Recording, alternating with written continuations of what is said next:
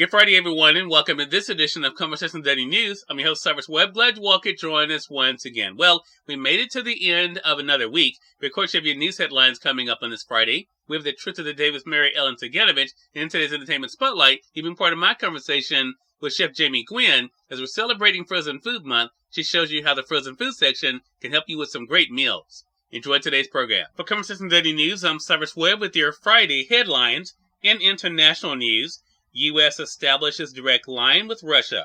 The Pentagon has established a channel of direct communication with the Russian Ministry of Defense to avoid unintended conflict related to the war in Ukraine.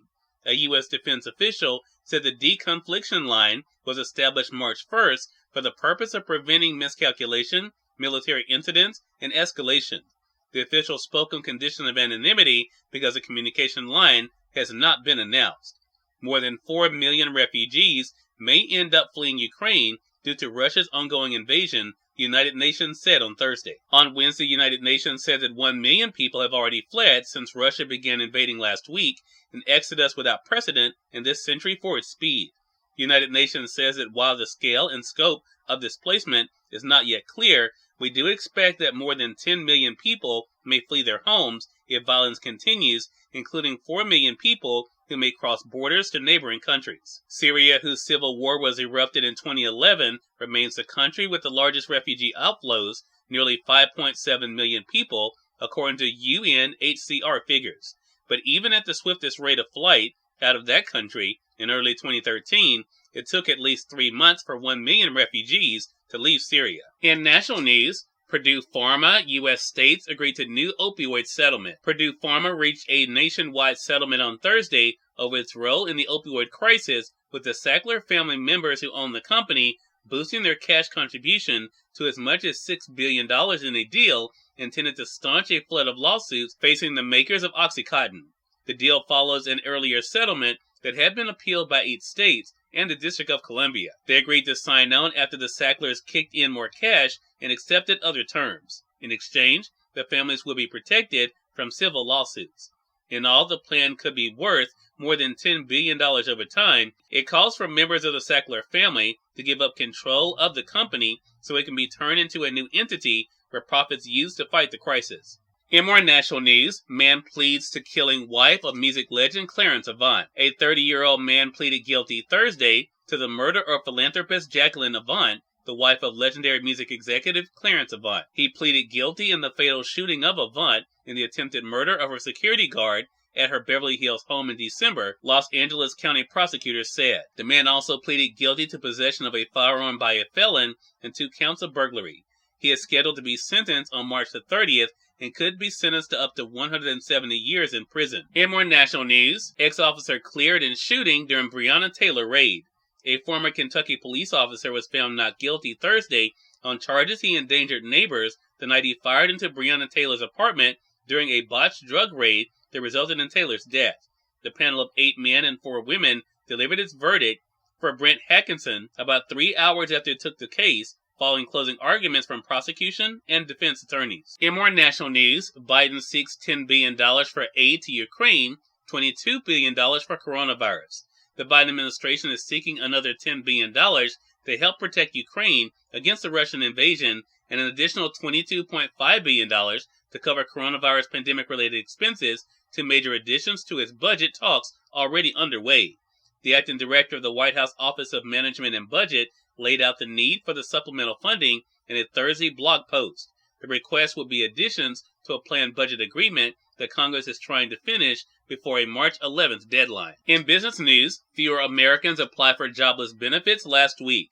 Fewer Americans applied for unemployment benefits last week, reflecting a low number of layoffs across the economy. Jobless claims fell by 18,000 to 215,000 for the week, ending February 26, from 233,000 the previous week.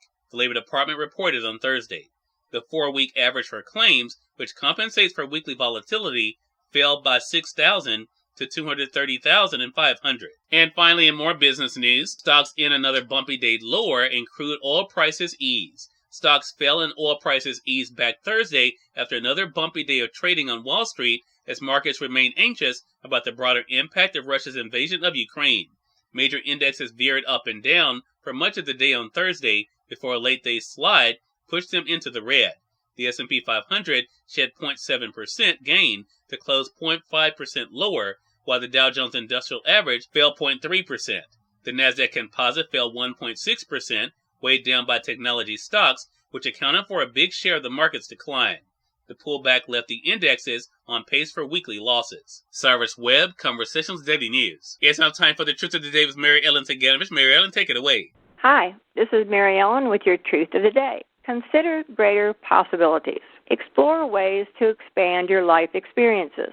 Take some time every day to consciously explore and embrace new ideas as you put forth positive energy to attract opportunities. Be sure to act on these opportunities, even if it is something minor, as this sends a message to the universe and to God that you are ready to experience even more success and fulfillment.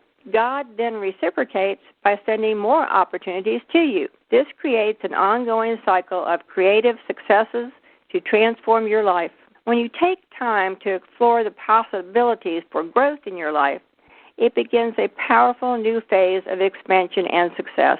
Today, allow your mind to roam freely as you invite new ideas into your consciousness.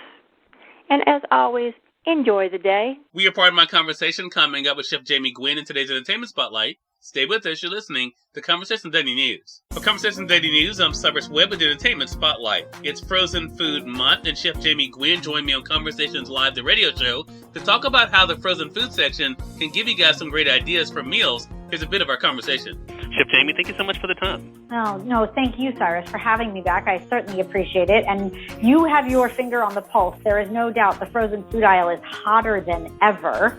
And I love that I can share its virtues. As a professional chef, I think it surprises some that I am browsing the frozen food aisle often.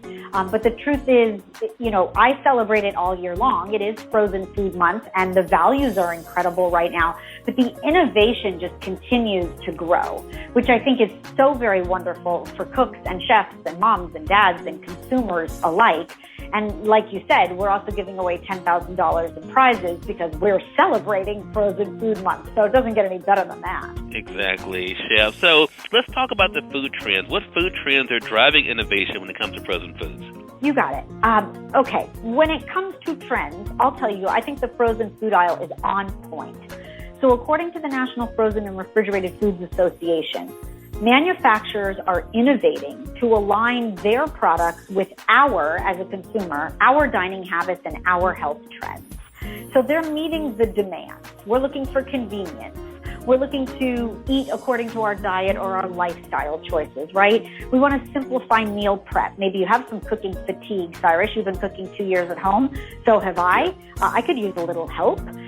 But there is something for every lifestyle and dietary need. If you're vegan or plant-based or gluten-free or organic, you can also eat from around the world. And I love that. I love that I might not make an Indian dish with 30 ingredients, but there is a company that specializes in that has innovated that frozen food, that dish, those flavors. Cyrus Webb, Conversations Daily News. We thank you all for tuning in to this edition of Conversations Daily News. We'll be back to you guys on Monday with more news, Truth of the Day with Mary Ellen Ciganovich, and of course your Entertainment Spotlight. Until then, I'm your host, Cyrus Webb, saying as always, enjoy your day, enjoy your life, enjoy your world. Thank you all for choosing Conversations Daily News today. Let's make today amazing. Take care.